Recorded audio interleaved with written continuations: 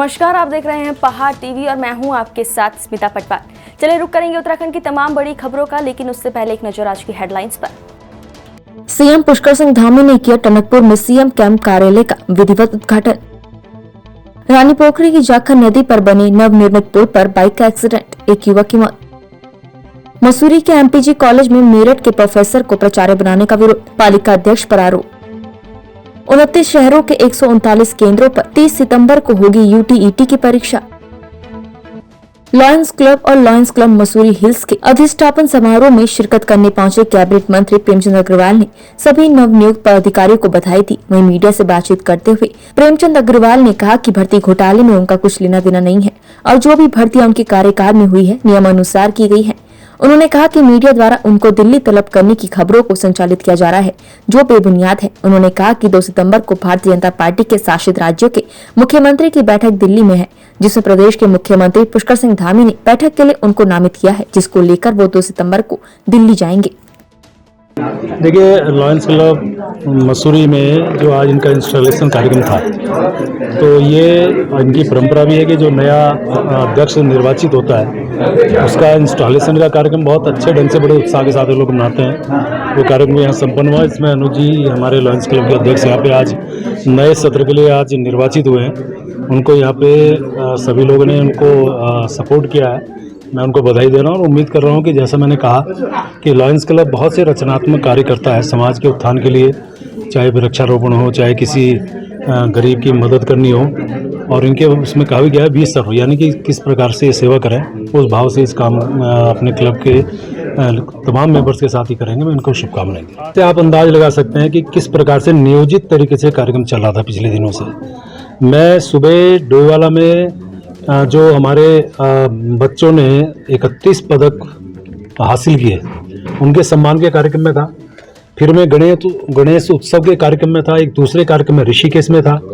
उसके बाद अभी देहरादून एक मीटिंग करने के बाद फिर मैं अभी एक आपके सामने मसूरी में हूँ और मेरे को बताया गया कि मैं दिल्ली में तलब कर लिया गया हूँ। तो इससे अंदाज लगा सकते हैं कि किस प्रकार से मेरे खिलाफ ये सब चल रहा है। ठीक है, आने वाला समय पे सब कुछ स्पष्ट होगा और मैं ऐसे मित्रों का भी धन्यवाद कर रहा हूँ कि उनकी मेरे पे बड़ी कृपा रहती है। मैं बता चुका हूँ पूरी तरह से, बहुत अच्छे ढंग से मैं कह चुका हूँ। मैं यदि आपने कहा, मैं फिर बता रहा हूँ कि एक अध्यक्ष की हैसियत से मुझे संचालन कैसे विधानसभा का करना है वो जिम्मेवारी रहती है और आवश्यकता अनुसार मैन पावर यदि में रखना होता है तो हमने नियमानुसार और योग्यता अनुसार उनका रखने का काम किया है। अब आप देखिए, गैरसैंण को आपने ग्रीष्मकालीन राजधानी घोषित किया, यदि हमें उनकी मैन पावर की आवश्यकता कैसे करेंगे आप? तो उसी प्रकार से आज भी वहाँ पे हमारे लोग हैं उसी जगह पे, तो वो ही मैन पावर हमारी जो जिसको मैंने उस टाइम लिया था वो सब वहाँ सेवा दे रहे हैं, काम कर रहे हैं। यानी कुल मिलाकर ये कुछ चीज़ें ऐसी हैं कि जो अभी बताने की मुझे आवश्यकता लग नहीं रही, समय आने पे बताऊंगा। लेकिन ये बात सच है कि पहली बार उत्तराखंड के अंदर पहली बार विधानसभा के अंदर मेरे द्वारा एग्जाम भी कराया गया, इसकी चर्चा कहीं नहीं हो रही। जो पारदर्शी तरीके से एग्जाम जिन बच्चों ने अप्लाई किया, लगभग 8000 से ऊपर लोगों ने अप्लाई किया और उनको हमने उनका एग्जाम कराया। किसी कारण से कोई व्यक्ति, जैसा मुझे जानकारी की, हाई कोर्ट गया, उस कारण से अभी तक रिजल्ट नहीं आया, तो अब उसके अप्रिसिएशन की कहीं बात नहीं हो रही है। मतलब नियोजित तरीके से इस प्रकार से कुछ लोग इसको हवा दे रहे हैं, जैसे आज ही हवा दे दी कि मैं दिल्ली तलब कर लिया गया हूँ, तो इससे अंदाज लगा सकता हूँ। तो मुझे जाना ही है 2 तारीख को, फिर बता दूँ मुझे, क्योंकि वहाँ पे पूरे जो भारतीय जनता पार्टी शासित जो मुख्यमंत्री हैं उनकी बैठक होनी है 2 तारीख को 2:30 बजे भारतीय जनता पार्टी कार्यालय पे। ये भी स्थान बता रहा हूँ क्योंकि फिर ये कहेंगे वहाँ तलब कर लिया गया हूँ। और उसमें मुझे माननीय मुख्यमंत्री जी ने नामित किया है। उसकी मैं कल जो बैठक ले रहा था, करीबन 3.5 घंटा बैठक मैंने ली है, जो 28 बिंदु वहाँ पे हमें जिस पे डिस्कस करना है। और जो हमारी जो बैठक इससे पहले 22 जुलाई को यही बैठक माननीय मुख्यमंत्री जी ने पार्टिसिपेट किया था, उसी बैठक में मैं पार्टिसिपेट माननीय मुख्यमंत्री जी की तरफ से करने जा रहा हूँ। तो ये शासकीय कार्य यदि मुझे करने तो हम कर रहे हैं और करेंगे, वो तो कोई विषय नहीं है और इस प्रकार की कोई बात नहीं। आवश्यकता जब पड़ती है, समयानुसार आज से पहले भी हुआ है और आवश्यकता पड़ेगी, संचालन कैसे विधानसभा को करना है, ग्रीष्मकालीन राजधानी को कैसे संचालित करना है, ये सारी जिम्मेवारी आखिर उस अध्यक्ष की होती है। तो उस नाते मैंने उस काम को जो हालात हैं वो मैंने आपके सामने बयां किए हैं और ये बात सच है कि प्रदेश हमारा जिस प्रकार से एक नया प्रदेश है, उस तरह से लगातार जब भी आवश्यकता पड़ती है, क्योंकि आप जानते हैं कि मान लें मैं व्यक्तिगत रूप से भी बात करूं, यदि मुझे किसी काम की आवश्यकता पड़ेगी और मेरे पास यदि संसाधनों की कमी है, तो फिर मैं किसी से उसको लेके उधार लेके अपना काम चलाता हूँ। तो लगभग ये स्थिति खाली मेरे प्रदेश की ऐसा नहीं है, पूरे देश भर में ये स्थिति है। लेकिन मैंने ये बताया कि हमारे ऊपर इतना कर्जा है। ये बताने का कारण सिर्फ ये है कि हम किस प्रकार से अपने संसाधन बढ़ाएं। मैंने जनता से अपील किया इस बात को कह के कि आप भी हमें सपोर्ट करें, क्योंकि लोग अपेक्षा करते हैं सरकार ये काम करे, लेकिन सरकार की भी अपेक्षा रहती है कि भी सब लोग मिलकर कैसे हम उत्तराखंड के विकास के लिए सब लोग मिलजुल के काम करें। ये उसका कहने का मेरा हेतु था। जनपद चंपावत के टनकपुर में सीएम पुष्कर सिंह धामी ने पूजा अर्चना कर सीएम कैंप कार्यालय का उद्घाटन किया। उद्घाटन के दौरान सीएम ने जनता को संबोधित भी किया। सीएम के मंच पर पहुंचते ही तेज बरसात होने लगी, लेकिन बरसात में भी मंच पर सीएम धामी बने रहे। कैंप कार्यालय जहाँ यहाँ के आने वाले सभी क्षेत्रवासियों के लिए लगातार उनकी सेवा करने का काम करेगा।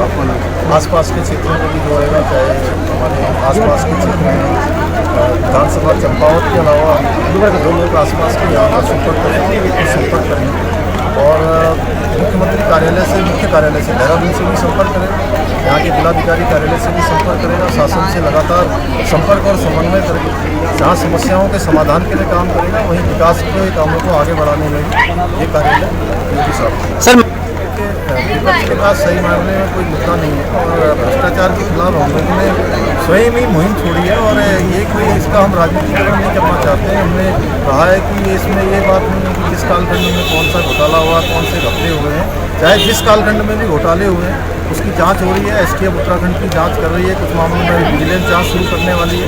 जो भी मामले सामने आएंगे उसमें कार्रवाई होगी, उसका प्रत्यक्ष निर्माण आपके सामने आप देख रहे होंगे, किस गिरफ्तारियाँ अभी तक हो चुकी हैं और आगे अभी बहुत सारी रसूखदार क्यों ना हो, कितनी पहुँच वाला क्यों ना हो, इस कार्रवाई से बचेगा।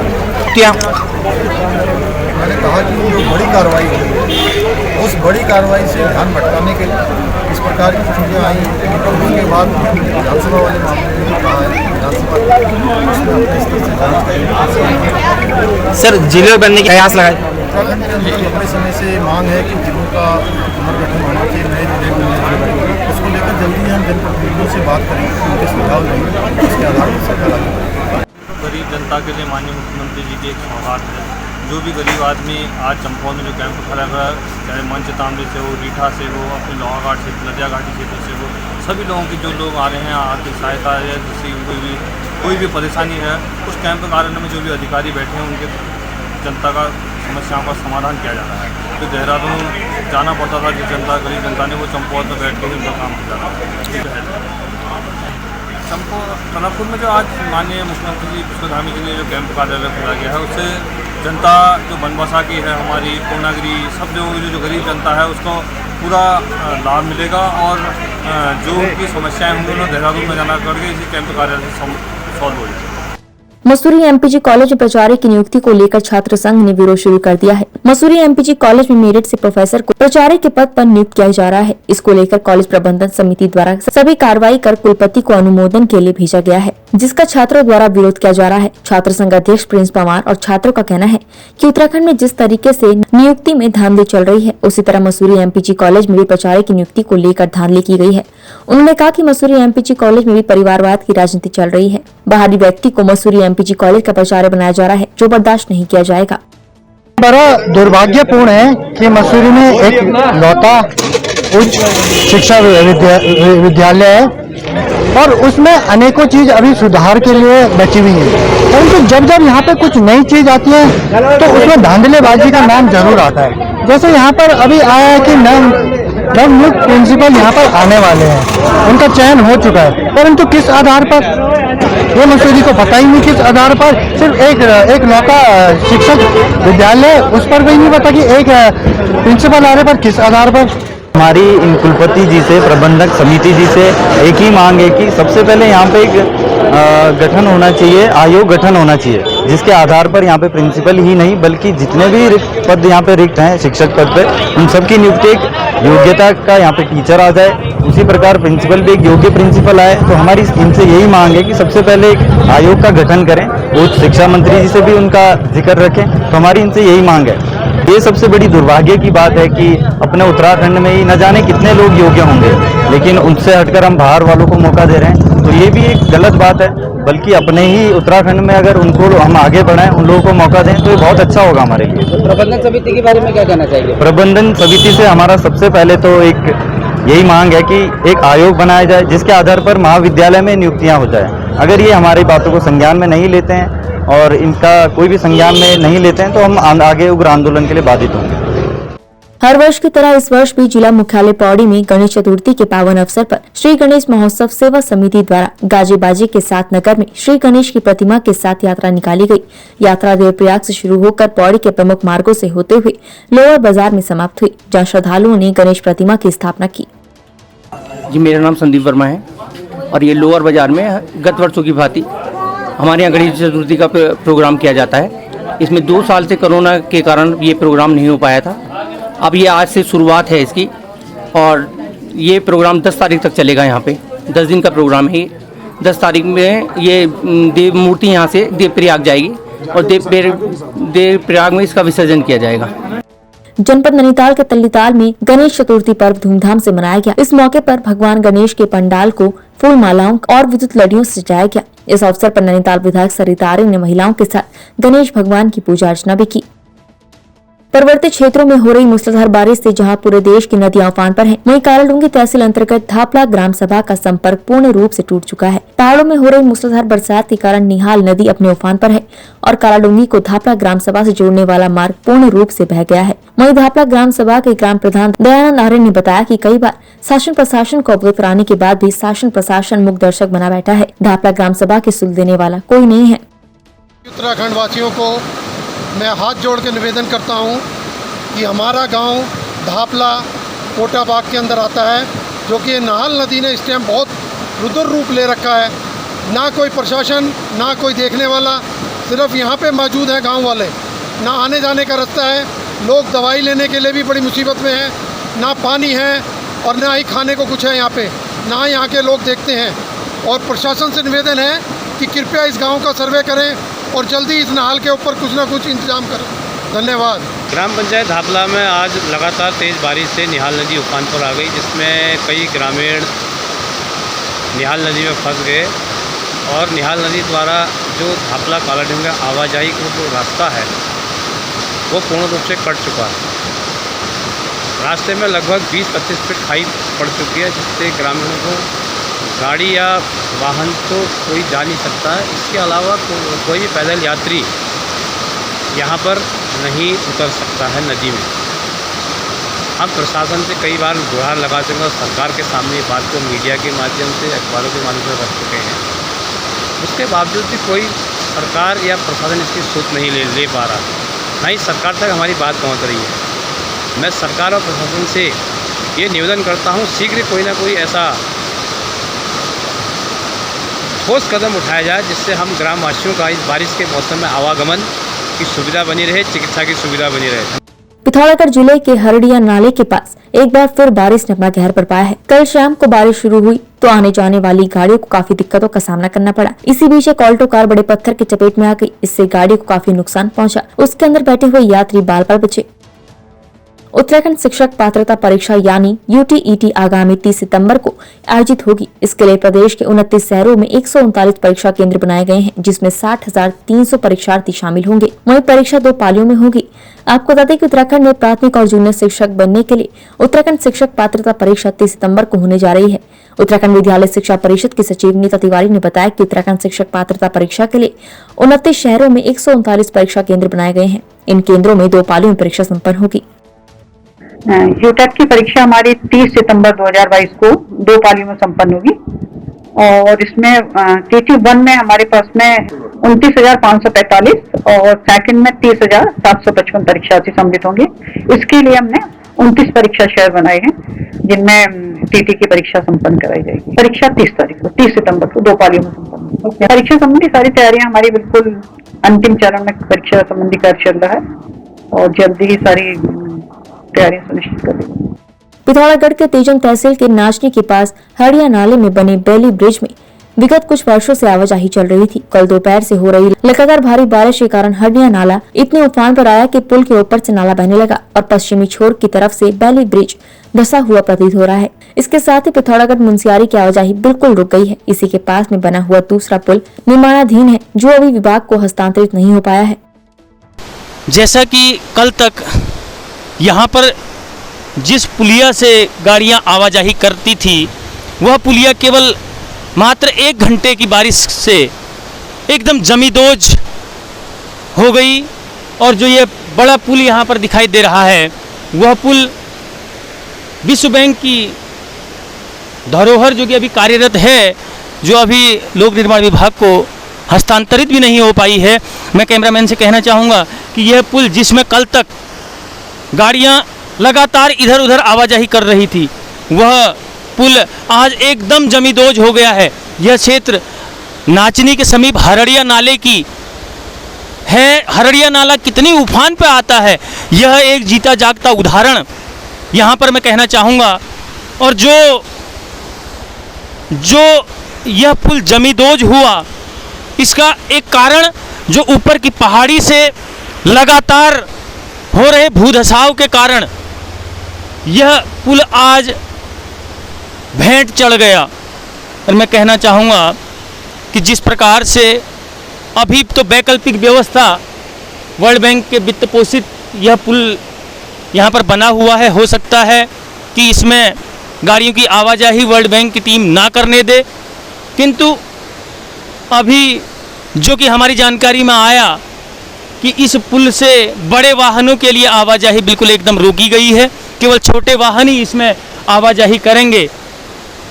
और मैं बताना चाहूँगा कि जो ये पुल बना था पीडब्ल्यूडी लोक निर्माण विभाग का, वह पुल की हाइट करीब करीब 20 फीट नीचे गहराई में थी। इसका लेवल अभी इतना उड़ गया कि अब बड़ी पुल जो अभी हस्तांतरित भी नहीं हो पाई है, वह पुल, उस पुल को भी खतरा होने का अंदेशा ऐसा प्रतीत हो रहा है।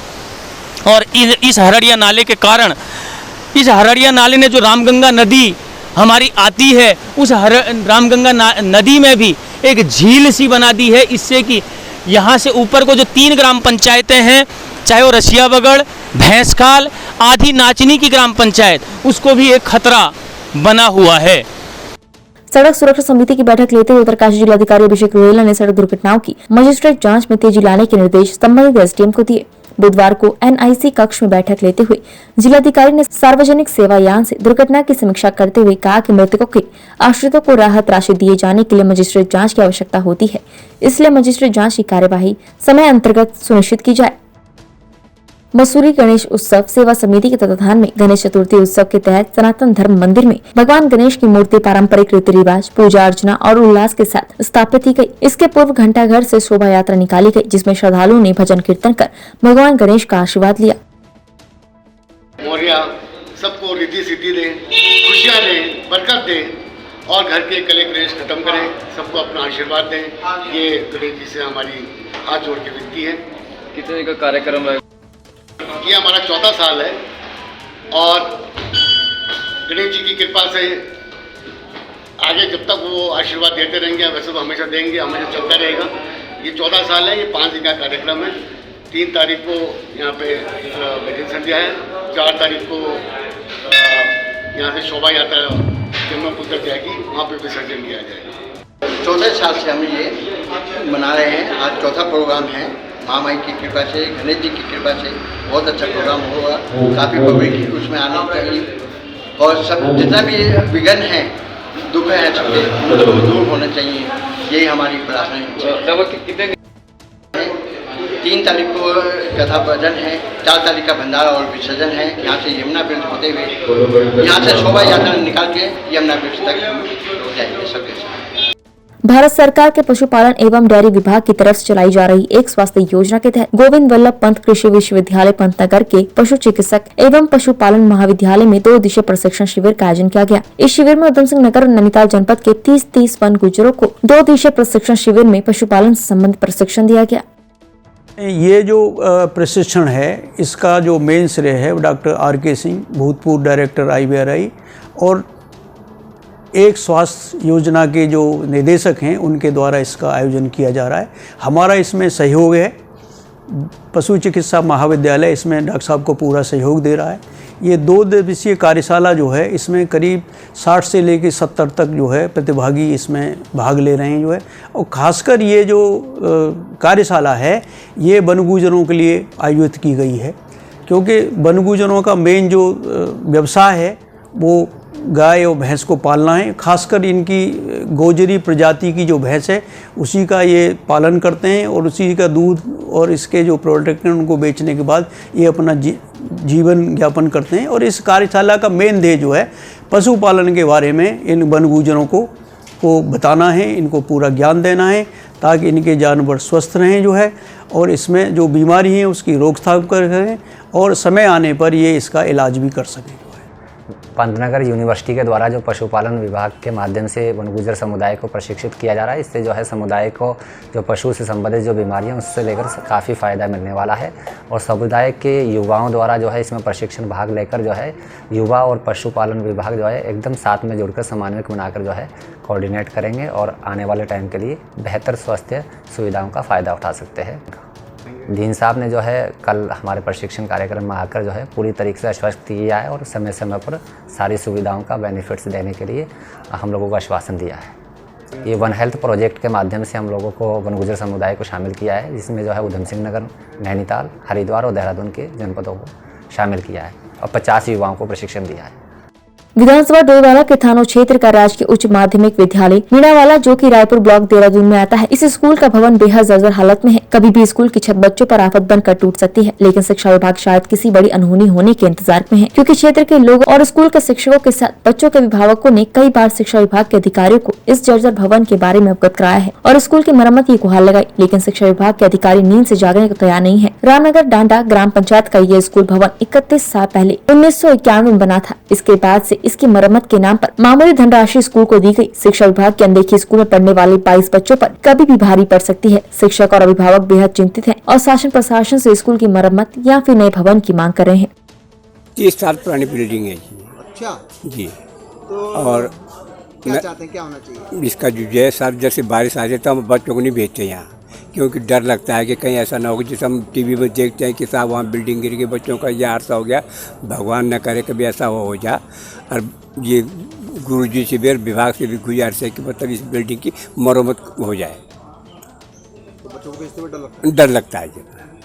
तो आपने मांग नहीं की कभी कि इस बिल्डिंग की जगह नई बिल्डिंग बनाई जाए, जबकि देहरादून के नज़दीक है ये बिल्डिंग? न तो मुझे अब तक हमें कोई जानकारी दी। जब मेरा नाती यहाँ पढ़ता है तो मुझे आज पता चला कि ये बिल्डिंग जो है ऐसी जर्जर हो गई है।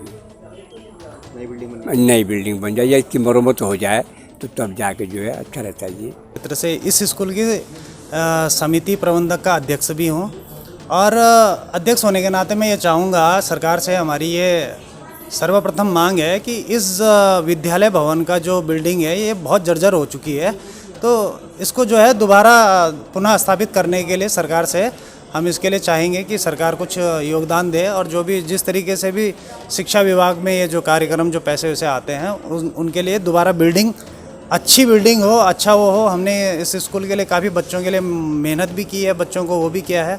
कम से कम अच्छी इस समय बहुत अच्छी पढ़ाई चल रही है। अभी किस तरह की हालात हैं बिल्डिंग के हालात ये हैं कि ये बिल्डिंग कभी भी गिर सकती है और इसमें यह है कि अभी बीच में पढ़ाई चल रही थी तो एक दिन पहले बच्चे जो प्लास्टर गिर गया था इसका पढ़ाई करते करते, तो उस दिन से बच्चे जो है बहुत उनके दरअसल विभाग जो है इन जो हमारे सरकारी विद्यालयों की तरफ कोई ध्यान नहीं दे रहा है। लगातार हमारे जो शिक्षक जो यहाँ पर पढ़ाते हैं उन्होंने लगातार जो है लिखित में फ़ोटो खींचकर लगातार शासन को, हमारे विभाग को लगातार लिख के दिया है, किंतु इस तरफ कोई ध्यान नहीं दिया गया।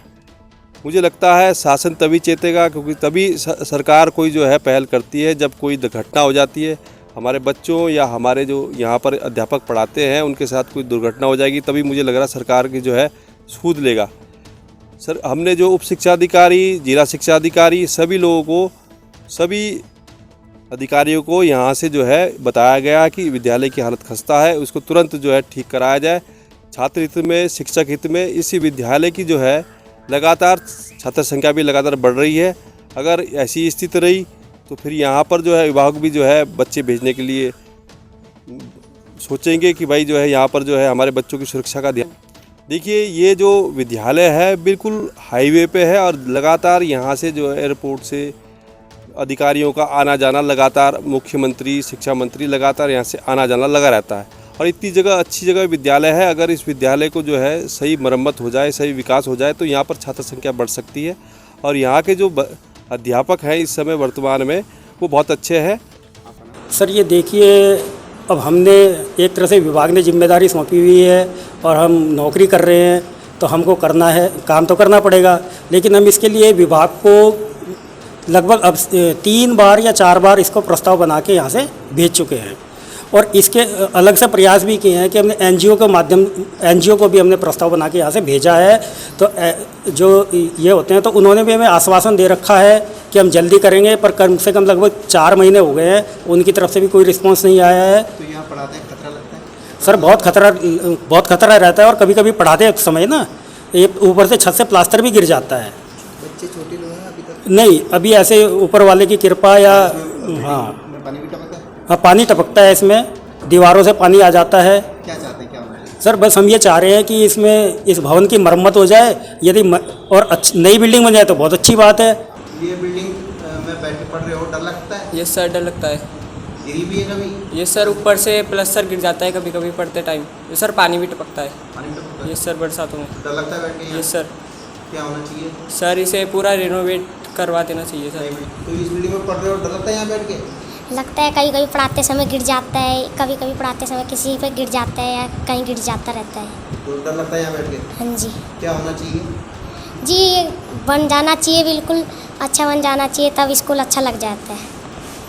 खबर जनपद उधम सिंह नगर के खटीमा से है। खटीमा के भारत नेपाल सीमा पर स्थित मेला घाट बाजार में बिना डिग्री, डिप्लोमा और बिना वैध रजिस्ट्रेशन लाइसेंस के अवैध रूप से पैथोलॉजी मेडिकल स्टोर का संचालन किया जा रहा है और उसी की आड़ में एवज में नेपाली मरीजों और स्थानीय मरीजों से मनमाना शुल्क वसूला जाता है। वहीं इनके द्वारा गलत रिपोर्ट और गलत दवाई देने की वजह से कभी कभार दुर्घटनाएं भी होती रहती है। वहीं इस संबंध में मुख्य चिकित्सा अधीक्षक उप जिला चिकित्सालय खटीमा की डॉक्टर सुषमा नेगी ने बताया कि हमारे द्वारा लगातार इस प्रकार के अवैध लैबों पर कार्रवाई की जा रही है और स्वास्थ्य विभाग के फील्ड वर्करों के माध्यम से उनके डॉक्यूमेंट मंगाए गए हैं। अगर डॉक्यूमेंट सही नहीं पाए गए तो उनके खिलाफ कार्रवाई की जाएगी।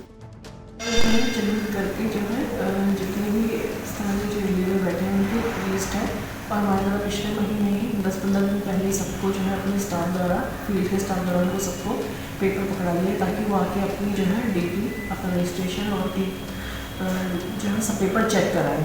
तो उसमें जो जिनके जो रजिस्टर्ड मतलब पंजीकृत होंगे उन्हीं के को बैठने की होंगी, बाकी के रजिस्टर कार्रवाई के लिए किया जाएगा। क्या नहीं, लैब चलाने का अपना एक वो है जिसमें कि वो डॉक्टर होना चाहिए, रजिस्टर्ड होनी चाहिए, डिग्री होनी चाहिए, तब वो चला सकते हैं। जो बिना नाम बिना डिग्री चलाएगा वो नॉट रजिस्टर्ड। नहीं तो हम कार्रवाई तो नहीं चल रही है अभी, आजकल मैंने भी पता करवाया है, वो आज आके देखेंगे, जमा करेंगे, नहीं होगा तो फिर उसकी कार्रवाई करवाएंगे। उत्तराखंड की तमाम बड़ी खबरों में फिलहाल इतना ही। बाकी खबरों के लिए देखते रहिए पहाड़ टीवी। नमस्कार।